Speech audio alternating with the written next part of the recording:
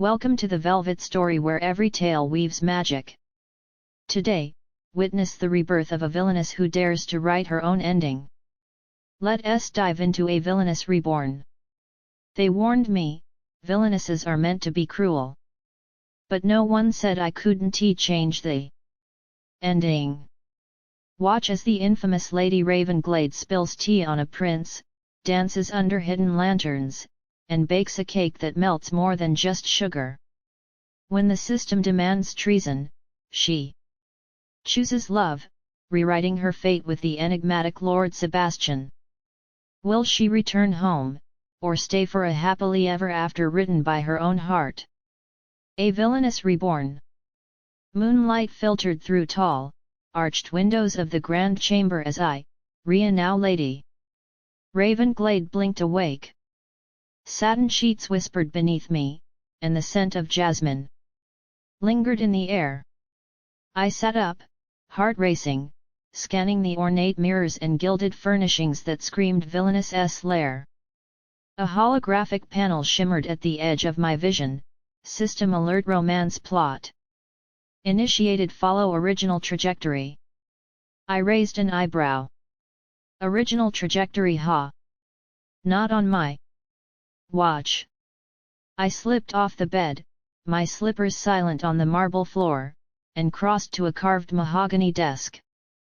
There lay two leather-bound portraits, one of Prince Alistair, stern jaw, silver blonde hair, cape billowing, and the other of Lord Sebastian, midnight locks, gentle eyes, cloak embroidered with silver vines. The text beneath each read male lead and second male lead, respectively. A soft voice crackled in my earpiece. Activate villainous mode, threaten heroine, manipulate. Air. I snorted. System, I read you loud and clear, but I'm thinking of a new villainous agenda. My fingers tapped Sebastian's portrait. You, my dear lord, will be my partner in crime. No immediate response. The system sputtered, command override, unauthorized narrative. Deviation detected. I leaned back, crossing my arms. Good. Let us see how you handle a villainess with free will. Just then, the heavy door creaked open. Two footmen swept in, bowing until their foreheads nearly touched the floor. My lady, Prince Alistair awaits your audience. I smirked, smoothing the folds of my crimson gown. Tell the prince that Lady Ravenglade will meet him shortly once I've prepared my entrance. As they exited, I whispered to the empty room, Sebastian, get ready, your debut is about to begin. The next morning, I stood before the grand mirror, inspecting myself with a critical eye. The reflection staring back at me was a vision of elegance, flawlessly styled hair, a deep crimson gown that hugged my curves, and enough jewels to rival a royal treasury. As Lady Ravenglade, I had the power to shape this world as I pleased, starting with my entrance. The footman had already dressed me in grandeur, but it was time to add my flair to the performance. I spun on my heel, twirling dramatically before striding down the hall toward the grand ballroom. The heavy double doors opened with a dramatic flourish, the grand chandelier above casting a soft glow on the sea of nobles who turned to face me. A ripple of gasps echoed through the room as I made my way to the center. Every eye was on me, but my gaze was already fixed on a figure across the room. Prince Alistair stood near the window, talking to a few courtiers. His sharp features and regal demeanor would make any heroine swoon, but as I surveyed him, I barely spared him a second glance. My target was standing beside him. Lord Sebastian. The second male lead. The one I had set my sights on. He wore a suit of dark blue, trimmed with silver, his dark hair falling just above his collar in perfect disarray. His eyes, those warm, golden eyes, were trained on me, and there was a flicker of surprise in them. I didn't mind. This was going to be fun. I approached with purpose, stepping lightly across the marble floor. The courtiers parted to make way, whispering amongst themselves. At last, I arrived before Sebastian, giving him the slightest smile, a greeting that was nothing short of mischievous. "Lord Sebastian," I said, my voice like honey, "how utterly dashing you look today." Sebastian blinked, clearly thrown off guard. His lips parted as if to respond, but then paused, clearly unsure how to handle the sudden attention. He wasn't used to this. Alistair raised an eyebrow from the side, glancing between me and Sebastian with confusion. I could practically hear his internal monologue. Why was the villainess being so nice? I didn't give him the satisfaction of a response. Instead, I turned my full attention back to Sebastian. I must admit, I never truly understood how a man could pull off such a look until now. You've set the standard quite high. The room held its breath. I could feel the eyes of every noble and courtier on me, watching for my next move. Would I insult him? Would I mock him like a villainess was supposed to? They weren't sure, and that was the fun part. Sebastian cleared his throat, a small but genuine smile tugging at his lips.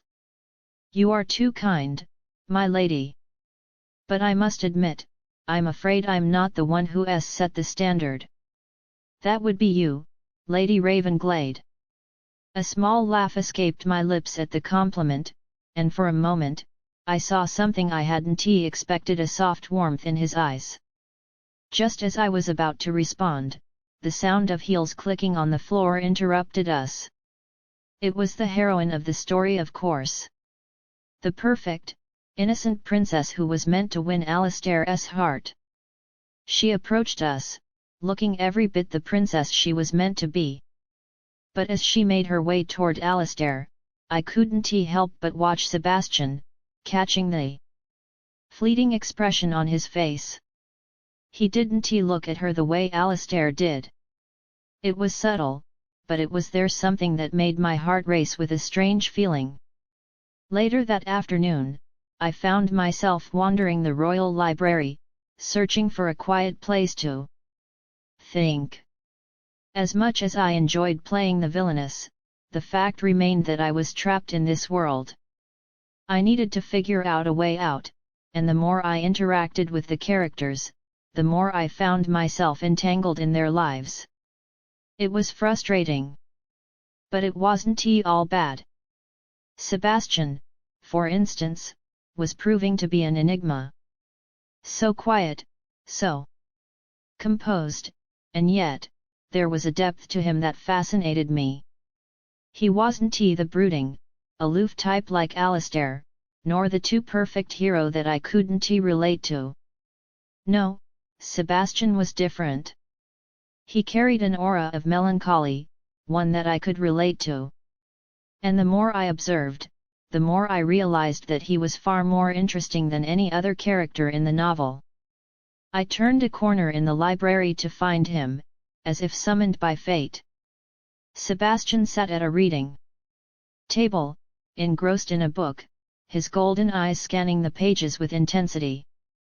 I paused in the doorway, watching him for a moment. There was something magnetic about him, something that made me feel like I should approach him. And I did. I crossed the room, footsteps soft against the marble floor, before stopping just beside him.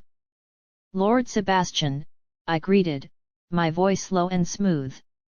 He looked up from the book, blinking in surprise. "Lady Ravenglade. What brings you to the library?" I shrugged, leaning against the table casually. I needed to escape the noise of the court. And I thought it might be interesting to see what you were reading. "Ah, just some poetry," he said, gesturing to the pages. "A bit old-fashioned, perhaps, but it helps clear my mind." "I didn't take you for the poetic type," I teased, crossing my arms. How fascinating! Sebastian chuckled softly, an expression that was both warm and wistful. I suppose there's more to me than meets the eye. Oh, I'm sure there is, I said, my gaze softening. But I'm curious what's your favorite poem? For a moment, he seemed to hesitate, but then, as if deciding that I could be trusted, he leaned forward and recited a verse. The words were simple but spoke of longing and love unspoken, of a heart quietly aching for something it couldn't have. I didn't know what compelled me to say it, but I responded, "That's beautiful." Sebastian glanced up, meeting my gaze. "I'm surprised you think so." "I'm full of surprises," I replied with a smirk. "Perhaps we can explore a few more together." And with that, the quiet moments passed between us, filled with shared words, quiet laughter, and an unspoken connection that neither of us could yet name. It wasn't the romance I had expected to develop, but it was one that I was starting to enjoy far more than I thought I would. The afternoon sun filtered through the grand windows of the royal dining hall, casting a warm glow on the long mahogany table where I sat, poised between Prince Alistair and Lord Sebastian. I dipped my pinky into the jasmine tea, savoring its warmth as I surveyed my companions. Alistair's posture was impeccable, back straight, chin tilted, every movement calculated. He raised his porcelain cup with an air of regality, his silver blonde hair catching the light. To his left, Sebastian lounged casually, dark curls brushing his collar, his golden eyes flicking between us with amused curiosity. I lifted my cup, then deliberately tilted it too far. Tea sloshed over the rim, and a warm stream cascaded toward Alistair's sleeve. "Oh, dear!" I gasped, feigning shock and fluttering my lashes. "How clumsy of me!" Alistair's lidless glare bore down as he dabbed at the stain with a crisp napkin. I turned my head toward Sebastian and whispered, "Thank you for the napkin." My fingers grazed his as he passed it across, sending a tiny thrill through me. Sebastian's lips curved into a secret smile. "Always at your service, my lady." Alistair cleared his throat, attempting to reclaim the conversation. "Speaking of service, the treasury's depleted," I interrupted with a theatrical sigh. "Must we discuss politics at tea, Sebastian? Tell me, have you tasted the rose macarons yet?" The prince's scowl deepened as Sebastian leaned in, his voice low. "They're exquisite sweet, but not cloying, with just a hint of petal bitterness." I brightened. "Oh, you have excellent taste. Alistair, perhaps you should try one." Alistair huffed, but reached for a macaron. As he did, I quipped, "Be careful. They might steal your heart, and your composure." The courtiers chuckled nervously as Alistair glowered. Sebastian chuckled, raising his cup to me. "To unexpected delights." I clinked my cup against his. "And delightful company." The tea concluded in a flurry of whispered debates, Sebastian's gentle teasing, and Alistair's stoic protests. I sat back, reveling in the playful tension. I'd orchestrated another narrative thread successfully rewoven to my design. The grand ballroom was transformed beneath a silk-draped canopy of lanterns. At the stroke of midnight, the doors opened, and I entered with Sebastian at my side, our matching masks glittering in silver and black. The crowd parted, murmuring in awe as we strode past. Music swelled, and Sebastian offered me his hand. "May I have this dance, Lady Ravenglade?" I placed my gloved hand in his, rising onto the polished floor. We moved in perfect harmony, his lead confident, my steps playful. I dipped low, and he spun me upright, close enough to feel the warmth of his breath. We whispered joking comments through the mask's veil. "You move well for a villainess," he teased. "And you're not half bad for a cursed second lead," I retorted with a grin. Laughter bubbled between us as we pirouetted under the lantern light. Every eye in the room followed us, but we existed in our own world, soft glances and shared smiles. Then, suddenly, a chill washed over me, and my mind flickered with the system's warning: plot divergence detected. Narrative integrity at risk. My pulse quickened. Sebastian's hand tightened on mine. "Ria, what's wrong?" I forced a calm smile. "Just exhilarated." He nodded, though concern flickered in his eyes. We finished the dance, the final notes lingering. As applause erupted around us, I realized, no matter the system's threats, tonight I'd chosen my own path.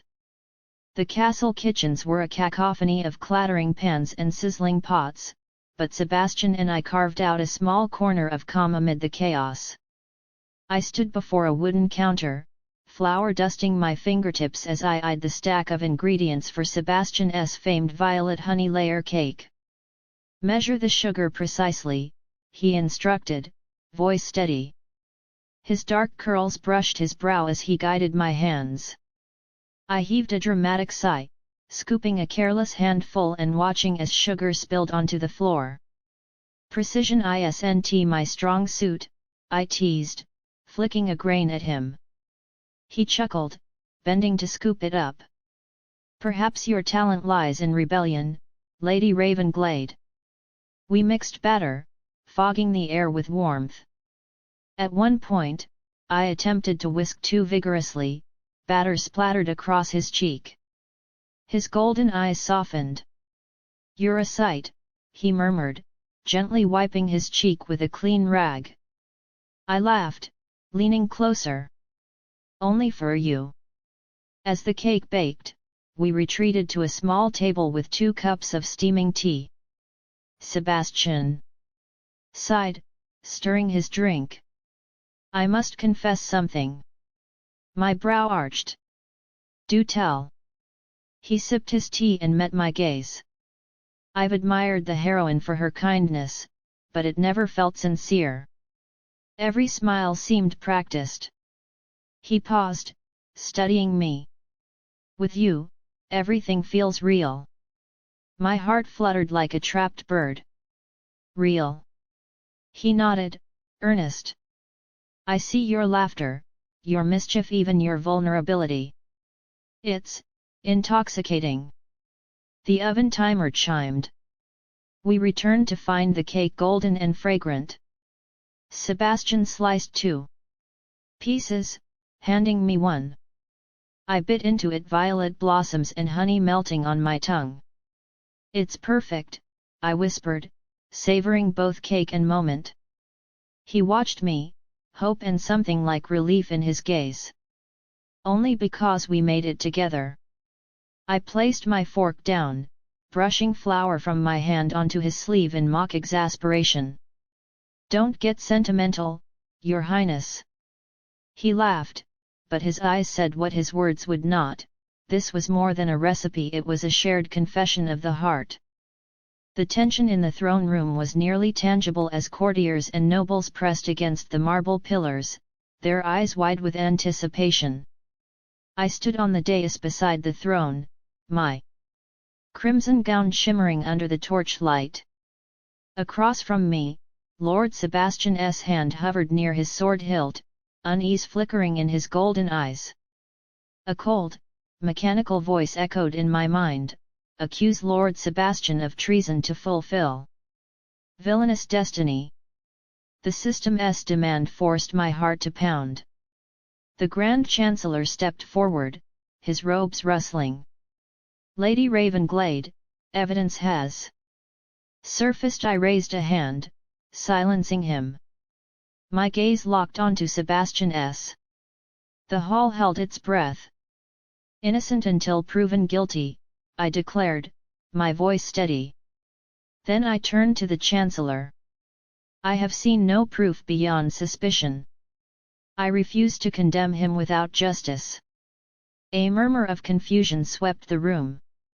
The Chancellor's eyes narrowed. But, my lady. I stepped down from the dais, moving closer to Sebastian. I will not be your villain today. My tone was resolute, defying the system's script. Suddenly, a wave of force rippled through the room as the system tried to override my will.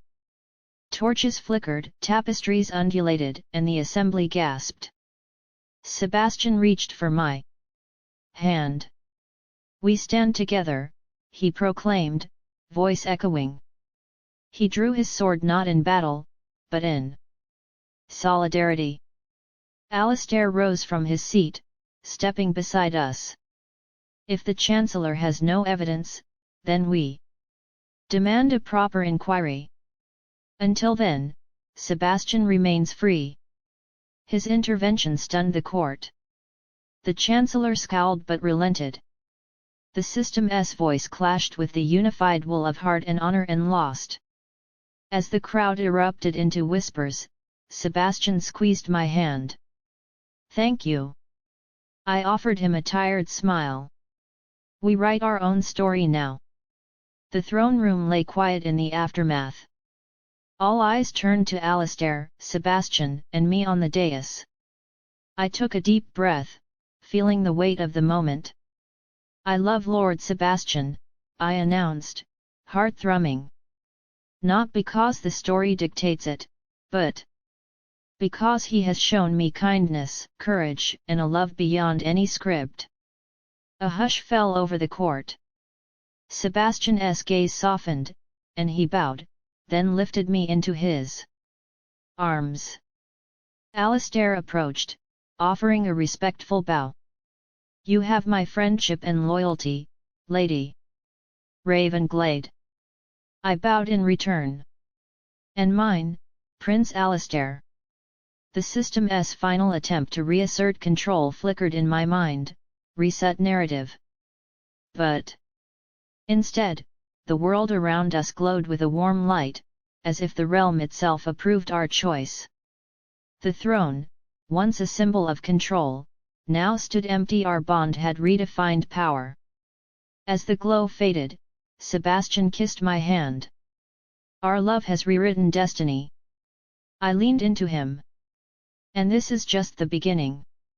Soft dawn light filtered through the wisteria-draped archway as Sebastian and I strolled along the winding cobblestone path of the palace gardens. Dew clung to the rose petals, and the air held the faint scent of fresh bread from the kitchens. I gently fingered the silver portal key hidden in my palm, its cool metal a reminder of the life waiting for me beyond these walls. Each step brought a pang of longing for home but also a flutter of anticipation for the future here. Sebastian paused beneath a blooming magnolia tree, its petals drifting like confetti. He turned to me, his gaze tender. "Ria," he whispered, brushing a stray blossom from my hair. "If you choose to stay, I promise every sunrise will feel like a new beginning.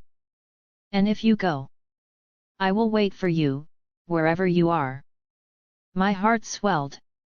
No longer trapped by a system's demands, I realized that home was not merely a place but a person. I slipped the key back into Sebastian's outstretched hand. "I choose you," I said, voice soft but unwavering. "Home can wait, but this, us, cannot." He captured my hand, pressing the key into my palm as he leaned in. His lips met mine in a gentle, lingering kiss, a promise sealed in dawn's glow. Around us, the garden seemed to hold its breath, as if celebrating our choice.